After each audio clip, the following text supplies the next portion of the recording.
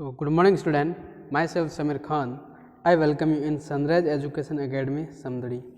तो पिछली क्लास में अपन ने पढ़ा था कि अगर मेरे पास दो रैशनल नंबर या फिर दो परिमेय संख्या हैं तो उनके बीच में एक इर्रेशनल नंबर या फिर अपरिमेय संख्या निकालनी हो तो कैसे निकालेंगे। सिंपल ये वाला फॉर्मूला था, तो इसको यूज़ करके अपन एक इर्रेशनल नंबर निकाल सकते हैं। और अपन ने पढ़ा था कि रैशनल नंबर एक तरफ एक रैशनल नंबर हो और दूसरी तरफ इर्रेशनल नंबर हो और उनके बीच में प्लस माइनस मल्टीप्लाई या फिर डिवाइड का सिंबल हो तो वो पूरा नंबर एक क्या बन निकल के आता है, इर्रेशनल नंबर। ठीक है, मतलब एक तरफ परिमेय संख्या हो और दूसरी तरफ अपरिमेय संख्या हो और बीच में प्लस माइनस या मल्टीप्लाई या डिवाइड का सिंबल हो तो उस पूरे नंबर को कंबाइंड रूप में सम्मिलित रूप से अपन क्या बोलते हैं, अपरिमेय संख्या। जैसे यहाँ पे एग्जांपल दिया था मैंने 1 प्लस √2, तो 1 एक परिमेय या फिर रैशनल नंबर है, प्लस आ गया बीच में, और √2 एक क्या है, इर्रेशनल नंबर या फिर अपरिमेय संख्या। तो इस पूरे को अब मैं कंबाइंड रूप से क्या बोलूँगा, एक इर्रेशनल नंबर या फिर अपरिमेय संख्या। ठीक है, फिर मैंने माइनस का भी एग्जाम्पल दिया था, ध्यान देना कि √2 माइनस 1, √2 एक इरेशनल नंबर है, -1 एक रैशनल नंबर है, तो पूरा मिल के क्या बनेगा, इसको पूरे को मैं क्या पढ़ूंगा, ये क्या बन के आया है, इरेशनल नंबर या फिर अपरिमेय संख्या। 7 × 3, 7 एक रैशनल नंबर परिमेय संख्या है, इंटू √3 एक इरेशनल नंबर या फिर अपरिमेय संख्या है। बीच में क्या है, मल्टीप्लाई का सिंबल। मैंने बोला था मल्टीप्लाई अच्छा नहीं दिख रहा है तो इसको अपन इस तरह से भी लिख सकते हैं, मतलब पास में 7 √3, तो ये भी एक क्या है, इर्रेशनल नंबर या फिर अपरिमेय संख्या होगी। अब ध्यान दो, लिखा हुआ है √2/7, जो अपन ने एक इर्रेशनल नंबर निकाला था वही वाली चीज़ है। तो √2 क्या है, एक इर्रेशनल नंबर और 7 क्या है, एक रैशनल नंबर, और ये बट्टा जो है अपॉन का जो सिंबल है इसको मैं डिवाइड बोल सकता हूँ। तो मैं क्या लिखा, √2 / 7, तो ये भी अब कंबाइंड रूप पे या फिर ये भी एक कंबाइंड रूप पे क्या कहलाएगा, इर्रेशनल नंबर या फिर अपरिमेय संख्या। फिर अपन ने पढ़ा था कि रियल नंबर से लेके अपन जो स्टार्टिंग से पढ़े थे उसका एक शॉर्ट ब्लॉक डायग्राम में अपन ने शॉर्ट नोट्स बनाए थे कि रियल नंबर के दो टाइप होते हैं, रैशनल और इर्रेशनल। रैशनल में कौन कौन से आएंगे, natural number, whole number, integer और P/Q फॉर्म वाले नंबर, टर्मिनेटिंग डेसिमल नंबर जैसे 1.25, नॉन टर्मिनेटिंग रिपीटिंग नंबर जैसे 1.333 एक्सेट्रा, इस तरह के नंबर। इर्रेशनल या फिर अपरिमेय में क्या आएंगे, जिसका अपन स्क्वायर रूट नहीं निकाल सकते, जैसे वर्गमूल नहीं निकाल सकते, जैसे √2, √3, √5, या फिर क्यूब रूट नहीं निकाल सकते, जैसे √2, √3, √4, और माइनस अनंत और अनंत, इन्फिनिटी और माइनस इन्फिनिटी वाले नंबर। और पाई भी क्या है, इर्रेशनल नंबर है। या फिर इस तरह से फॉर्मेट हो, नॉन टर्मिनेटिंग नॉन रिपीटिंग वाला केस, ये दोनों एक ही बात है। अब बोलोगे सर यहाँ पे रिपीट, इस तरह से अगर रिपीट हो रही हो 08008 00008 इस तरह से अगर डिजिट रिपीट हो रही है तो वो भी क्या है, इर्रेशनल नंबर में। ठीक है, तो आज अपन पढ़ेंगे, आज का अपना एक टॉपिक होगा कि representation of irrational number on number line, मतलब संख्या रेखा पर अपरिमेय संख्या को अपन कैसे दर्शाएंगे या फिर कैसे बना सकते हैं। तो ध्यान देना, हेडिंग डालते हैं अपन, तो पूरा ध्यान देना। आज कुछ डायग्राम टाइप कुछ क्वेश्चन होंगे अपने, ठीक है, तो ध्यान देना। लिखा हुआ है, मैंने लिखा हेडिंग कि रिप्रेजेंटेशन ऑफ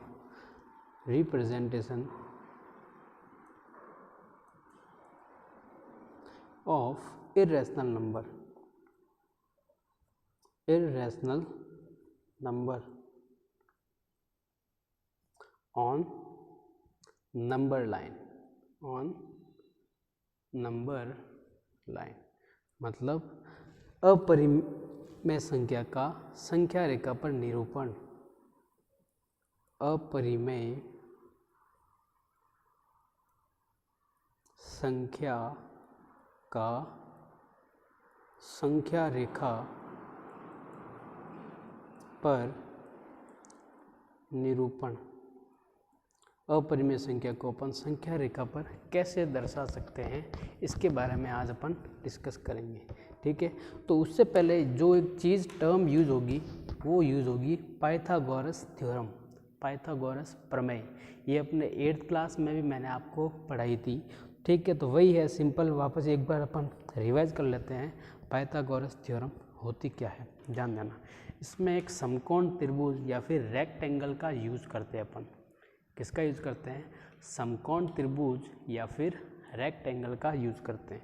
तो ध्यान देना इधर, जब त्रिभुज या फिर ट्रायंगल, रेक्टेंगल ट्रायंगल का यूज करते हैं, ठीक है। राइट एंगल ट्रायंगल, रेक्टेंगल नहीं, राइट एंगल ट्रायंगल या फिर समकोण त्रिभुज के लिए ये पाइथागोरस प्रमेय या फिर पाइथागोरस थ्योरम एप्लीकेबल होती है। तो ध्यान देना, जब ट्रायंगल या फिर त्रिभुज है तो उसमें लेंथ होगी, और लेंथ अपन को पता है कि लेंथ या फिर लंबाई कभी भी नेगेटिव नहीं हो सकती। ये आपको मैंने पिछली क्लास में भी बता रखा हूँ। तो ध्यान देना, अब मैं यहाँ पे ले रहा हूँ, हेडिंग डाल देता हूँ पाइथागोरस थ्योरम या फिर पाइथागोरस प्रमेय, ठीक है। तो इसकी सब हेडिंग हो जाएगी अपनी पाइथागोरस प्रमेय। क्या बोलते हैं?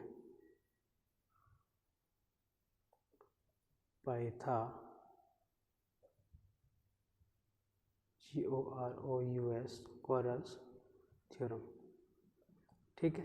अब ये होती क्या है, ध्यान देना। देखो, इसमें एक होता है राइट एंगल ट्रायंगल या फिर समकोण त्रिभुज।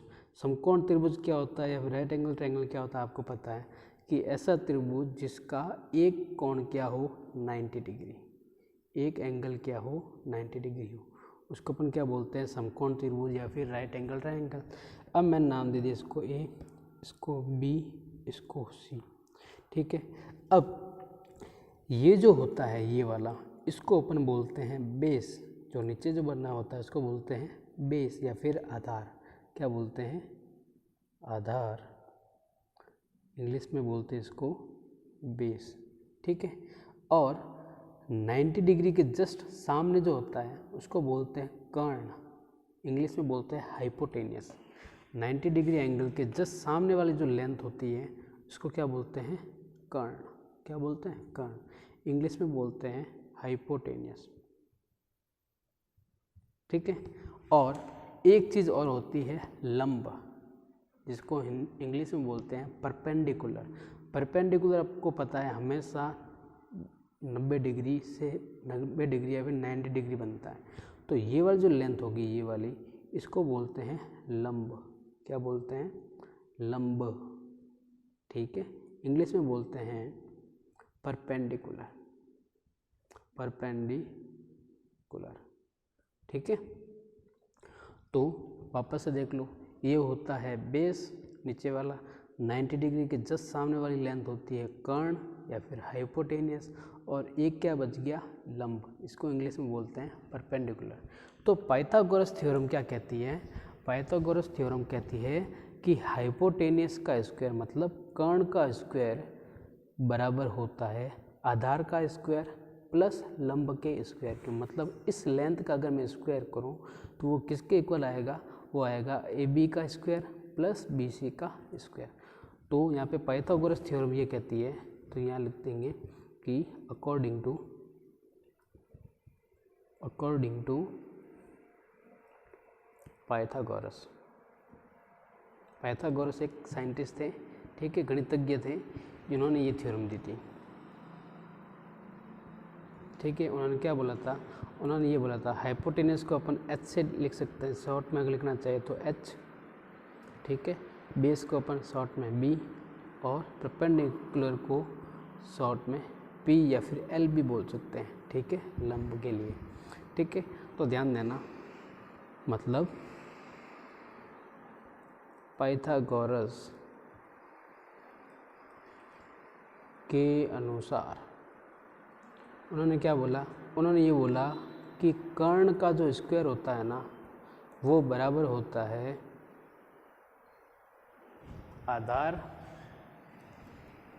आधार का स्क्वायर प्लस लंब का स्क्वायर, ठीक है। यहाँ पे शॉर्ट में अगर लिखना चाहूँ क्या लिख सकता हूँ? H का स्क्वायर कुछ टू होता है B का स्क्वायर प्लस P का स्क्वायर। और अगर इस लेंथ के रूप में लिखना चाहूँ तो कर्ण की लेंथ क्या है? AC, तो ए सी का स्क्वायर इक्वल टू होता है ए बी का स्क्वायर प्लस बी सी का स्क्वायर, ए बी का स्क्वायर प्लस बी सी का स्क्वायर। आ गया समझ में? ठीक है, चलो अब ध्यान देते हैं आगे। ये मैंने आपको क्यों बताया पाइथागोरस थ्योरम, इतनी जो अपने डिस्कस किया है ये अपन ने क्यों किया है, क्योंकि ये जो अपने हेडिंग डाली हुई है ना, representation of irrational number on number line, अपरिमेय संख्या का संख्या रेखा पर निरूपण, इसका यूज होगा इस चीज़ में।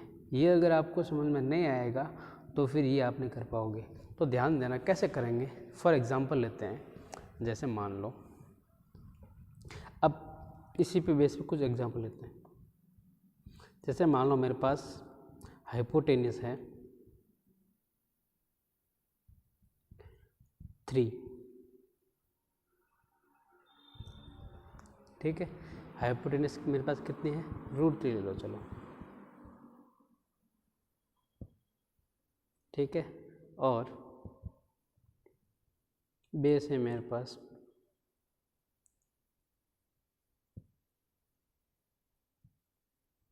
1 और परपेंडिकुलर है मेरे पास √2। तो देखो इसका मैं प्रूफ दे रहा हूँ। क्या बोला था कि हाइपोटेन्यूस का स्क्वायर इक्वल टू होता है बेस का स्क्वायर प्लस परपेंडिकुलर का स्क्वायर। तो हाइपोटेन्यूस कितना है, √3 का स्क्वायर इक्वल टू बेस कितना है 1 का स्क्वायर प्लस पी कितना है √2 का स्क्वायर। तो आपको पता है √2 का रूट में जो भी नंबर उसका ऊपर स्क्वायर करते हैं तो सिर्फ अंदर वाला नंबर रह जाता है, स्क्वायर से स्क्वायर कट जाता है, स्क्वायर रूट से ये स्क्वायर कट जाता है। कैसे, ये भी बताया था मैंने, क्योंकि स्क्वायर रूट के ऊपर क्या लिख सकते हैं 3⁻1/2 और इसके ऊपर स्क्वायर आ गया तो इस 2 से 2 कट जाता है, इक्वल टू 1 का स्क्वायर 1 ही होता है। और ये वाला मैं समझा ही चुका हूँ। तो ध्यान दो इधर कितना आ रहा है 3 इक्वल टू, तो 3 बराबर 3 आ गया। तो ये हो गया इसका प्रूफ। अब ध्यान देना, अब यहाँ पे ध्यान देने वाली चीज़ें हैं, ठीक है। ध्यान क्या देना है, अब मैं बोलूँगा कि आपको √2 लाना है। क्या लाना है, √2, ठीक है।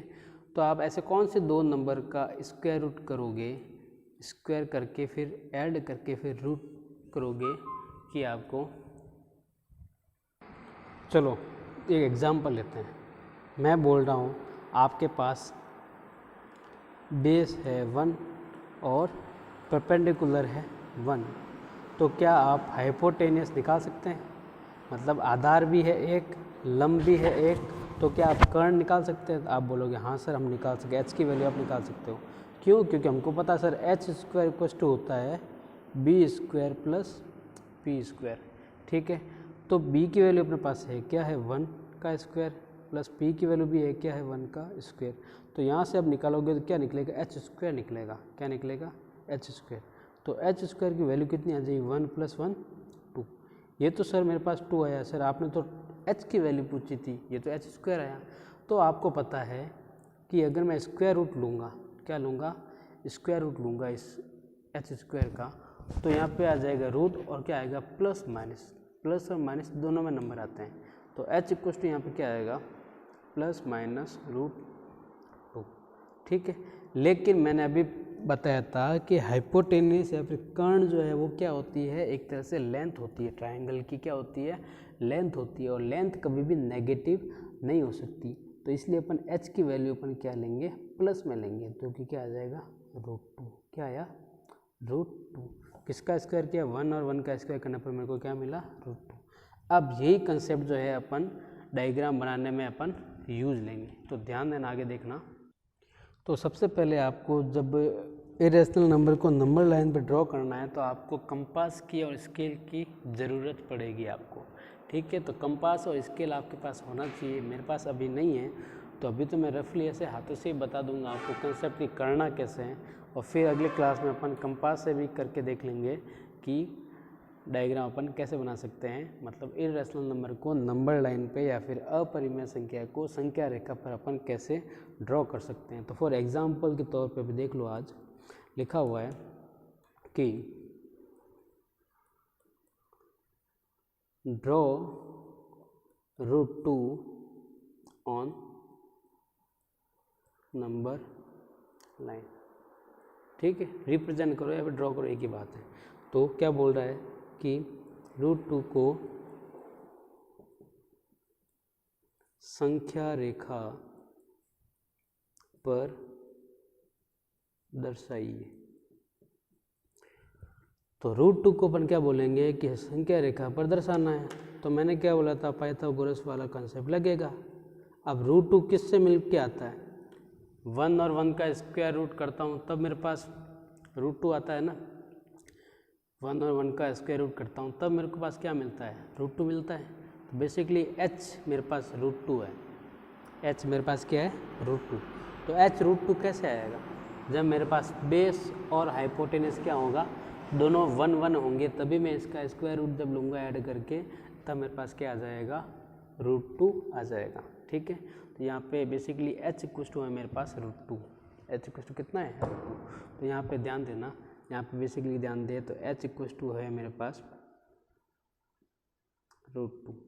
तब मैं बेस और बेस और परपेंडिकुलर की क्या वैल्यू लूँ कि मेरे को h रूट 2 मिल जाए। तो दोनों में क्या लूँगा, 1, ये भी क्या लूँगा मैं, 1। देखो h स्क्वायर क्या होता था, b square plus p square. अगर मैं इसकी वैल्यू 1 ले लूँ तो 1 का स्क्वायर प्लस 1 का स्क्वायर, तो यहाँ से मेरे को मिल जाएगा 1 का स्क्वायर 1 होता है, 1 प्लस 1 2। तो यहाँ से h की वैल्यू मेरे पास क्या आ गई, रूट 2। मतलब बेस और परपेंडिकुलर मेरे को क्या लेना है, 1 और 1 सेंटीमीटर और 1 सेंटीमीटर लेना है, क्योंकि ये क्या लेंथ है, ये भी क्या एक तरह से लेंथ है।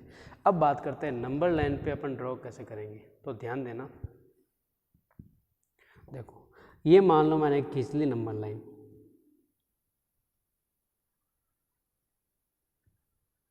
कंपास से भी मैं आपको बताऊंगा, लेकिन आप बस कंसेप्ट समझ लोगे करना कैसे। ठीक है, एक लाइन खींच लेना आप, ठीक है। और मान लो ये नंबर लाइन है, तो इस पर मान लो नंबर लिखे होंगे 0, 1 सेंटीमीटर छोड़ के आप लिखोगे यहाँ पे वापस।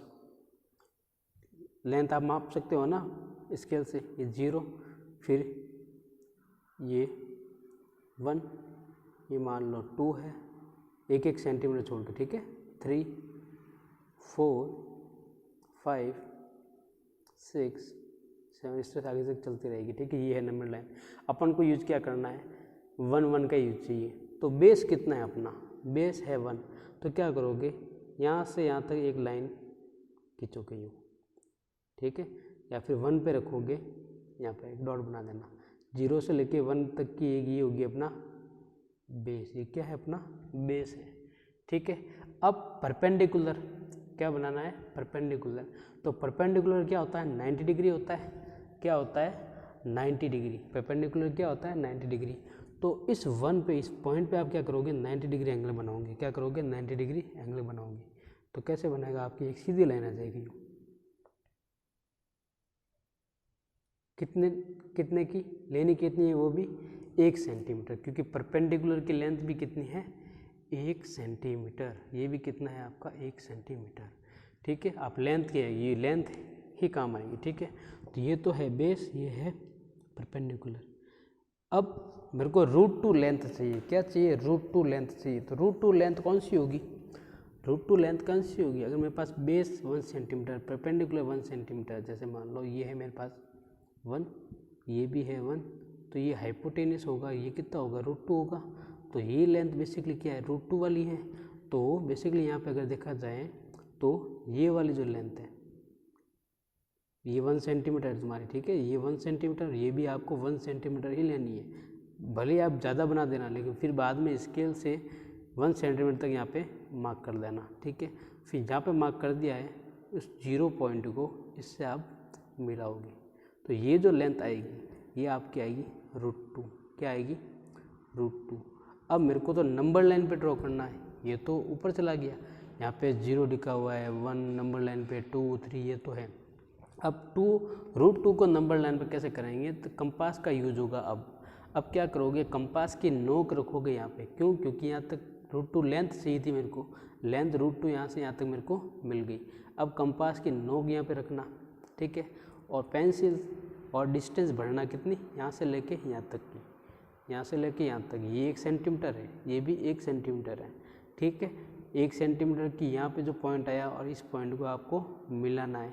ये मिलने के बाद जो लेंथ बनी यहाँ पे रखना है आपको कंपास, इसमें यहाँ तक की लेंथ बढ़नी है और पेंसिल यहाँ पे होगी आपकी, ये वाला इस तरह से करके ये वाला आर्क यहाँ पे बढ़ना है, इतनी लेंथ भर के इस पॉइंट पे आप नोक रखोगे कंपास की और पेंसिल वाले नोक यहाँ पे होगी और फिर क्या करना है आपको, इसको इधर घुमा देना है, मतलब यूँ घुमा देना है, ठीक है। कैसे, इस तरह से कुछ आर्क बन के आएगा, यूँ इस तरह का कुछ एक आर्क बनेगा, ठीक है। ये आर्क जो है नंबर लाइन पे जाके जहाँ पे टच कर रहा है, जहाँ पे टच कर रहा है वो होगी आपकी √2, वो आपकी कौन सी लेंथ होगी, √2। यहाँ से यहाँ तक तो 1 है। अब यहाँ से 0 से लेके ये वाली लेंथ जो है ना, ये वाली लेंथ यहाँ पे जो आया, ये वाली लेंथ अब क्या होगी, ये होगी अपनी √2। इस तरह से अपन √2 को या फिर इरेशनल नंबर को अपन नंबर लाइन पे ड्रॉ करते हैं, ठीक है। एक और एग्जांपल देख लो। अब जैसे बोल रहा है कि ड्रॉ √3 ऑन नंबर लाइन, √3 भी एक इरेशनल नंबर है, कि ड्रॉ √3 ऑन नंबर लाइन। तो ध्यान देना, जब भी आपको इरेशनल नंबर बनाना है, ठीक है, जैसे √3 बनाना है तो √3 से पहले आपको √2 बनाना पड़ेगा, √3 से पहले आपको क्या बनाना पड़ेगा, √2। फिर अगर बोल रहा है √5 बनाओ तो √5 से पहले आपको √4 बनाना पड़ेगा, ठीक है। √6 बनाओ तो √6 से पहले आपको √5 बनाना पड़ेगा। ये आपको मैं बताऊंगा, ठीक है। मतलब √3 को संख्या रेखा पर दर्शाइए। तो कैसे दर्शाओगे, कैसे दर्शाओगे? अब हाइपोटेन्यूज तो है मेरे पास √3, हाइपोटेन्यूज मेरे पास कितना है, √3, ठीक है। अब बेस हमेशा आपको क्या लेना है, बेस हमेशा आपको क्या लेना है, देखो ध्यान देना, हाइपोटेन्यूज है √3, ठीक है। अब मुझे बनाना है, क्या बनाना है, मुझे बनाना है √3 चाहिए, ठीक है। तो किन दोनों को मैं अगर स्क्वायर करके ऐड करूं तो मेरे पास √3 आ जाए, तो किस किस को करूंगा, मैं कर सकता हूं √2 और 1 को, √2 और 1 को। ध्यान दो कैसे, देखो h इक्वस टू मैं h स्क्वायर कुछ क्या होगा, b² प्लस p²। तो मान लिया मैंने b इक्वस टू तो √2 और p इक्वस टू 1, तो h² इक्वस टू देखो मेरे को क्या चाहिए, √3 चाहिए, तो b तो है √2 का स्क्वायर प्लस 1 का स्क्वायर, √2 का स्क्वायर कितना होगा 2 प्लस 1 का स्क्वायर 1, तो h² मेरे को क्या मिला, h² मेरे को मिला 3, तो h इक्वस टू कितना मिला, प्लस माइनस √3, ठीक है, प्लस माइनस √3। अब h एक लेंथ है तो मेरे को h को क्या लेना पड़ेगा, सिंपल प्लस वाला √3, ठीक है। तो जब भी अपन को इरेशनल नंबर बनाना है, ठीक है, तो क्या करें, उसके पिछले वाला अपन को बनाना पड़ेगा। मतलब जैसे √3 को बोल रहा है तो आपको √2 बनाना पड़ेगा पहले, ठीक है। √2 को बना दिया, उसके बाद आप √3 बना सकते हो। कैसे, तो ध्यान देना, देखो √2 पहले अपन ने कैसे बनाया था, प्रोसेस ध्यान रखना बस। √2 अपन ने कैसे बनाया था,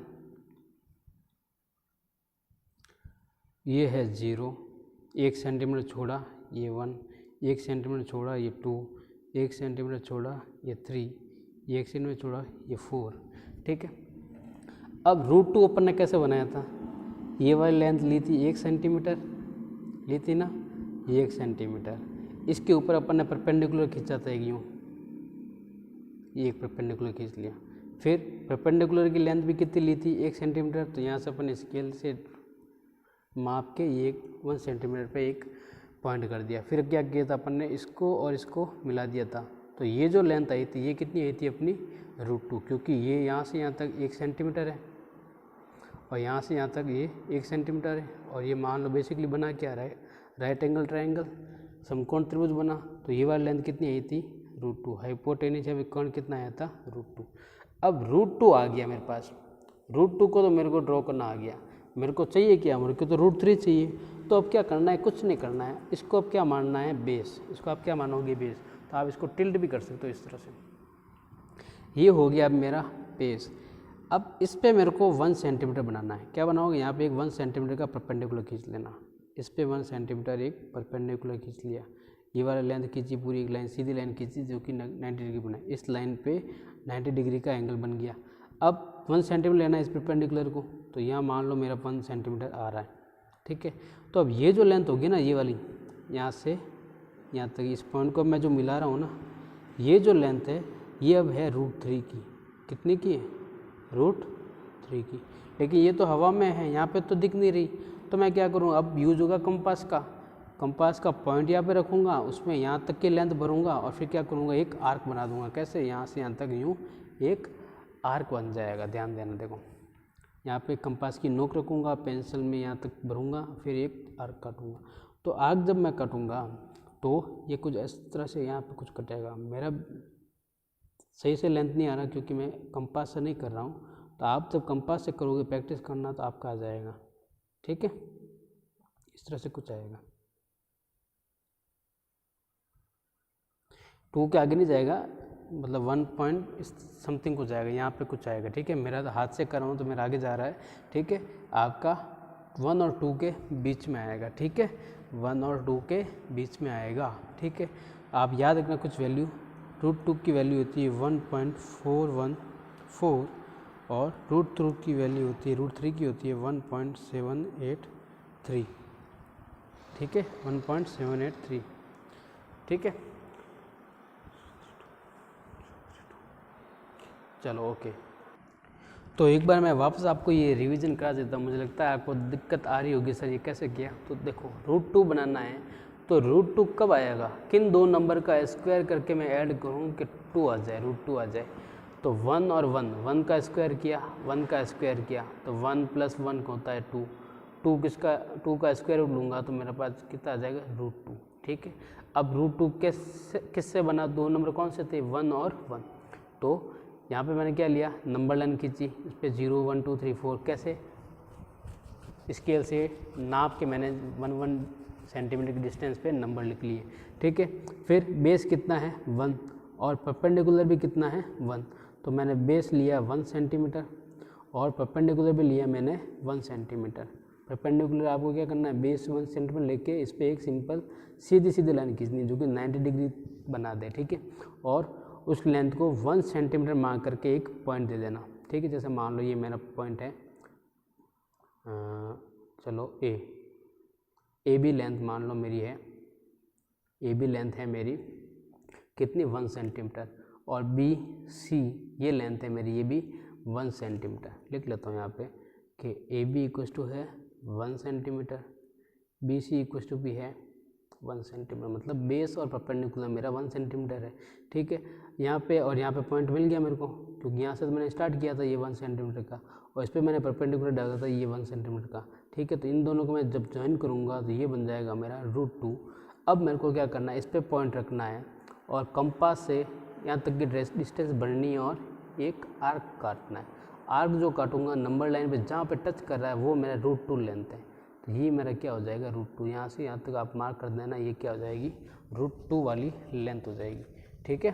अब आगे देखो, जैसे √3 का करना है, तो जब भी √3 का करना है तो आप क्या करोगे, पहले √2 का बनाओगे, √2 के बाद अपना √3 बनेगा। √4 का बनाना है तो पहले √3 बनाओगे, फिर बाद में √4 बनेगा।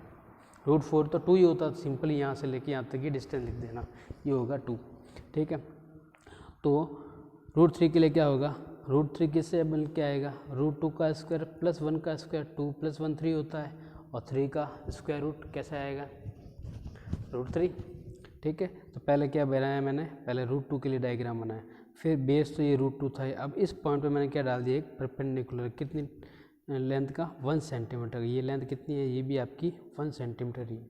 अब इस पॉइंट को और इस पॉइंट को मैंने मिला दिया, तो ये वाली लेंथ अब मैंने क्या की कंपास में भर दी और क्या किया मैंने, यहाँ से लेके यहाँ तक भर के एक आर्क काट दिया। आपका आर्क 1 और 2 के बीच में आएगा, मेरा भी मैंने नाप के नहीं किया है तो 2 से आगे जा रहा है। जब आप कंपास से नाप के करोगे तो आपके 1 और 2 के बीच में आएगा, तो आपकी यहाँ से यहाँ तक की कुछ लेंथ आएगी, इसको बोलते हैं √3। उसकी वैल्यू कितनी होती है 1.732 होती है, ठीक है 1.732, ठीक है। तो वही 2 के पास में कहीं होगी, ठीक है। तो एक पॉइंट लिख लो इम्पोर्टेंट, कि इम्पोर्टेंट पॉइंट आपका क्या है कि टू ड्रॉ √m